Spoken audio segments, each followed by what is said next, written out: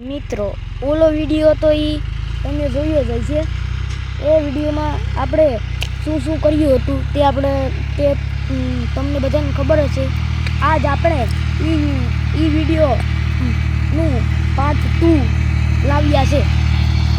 તો જોઈ લો મિત્રો, આ છે આપણું ટ્રેક્ટર, પાછળ ચાલે છે પૈસા। ટ્રેક્ટર જોન ડિયર છે।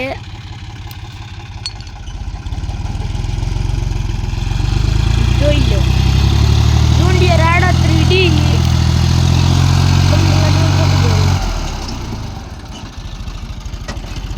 મિત્રો આ છે જોન ડિયર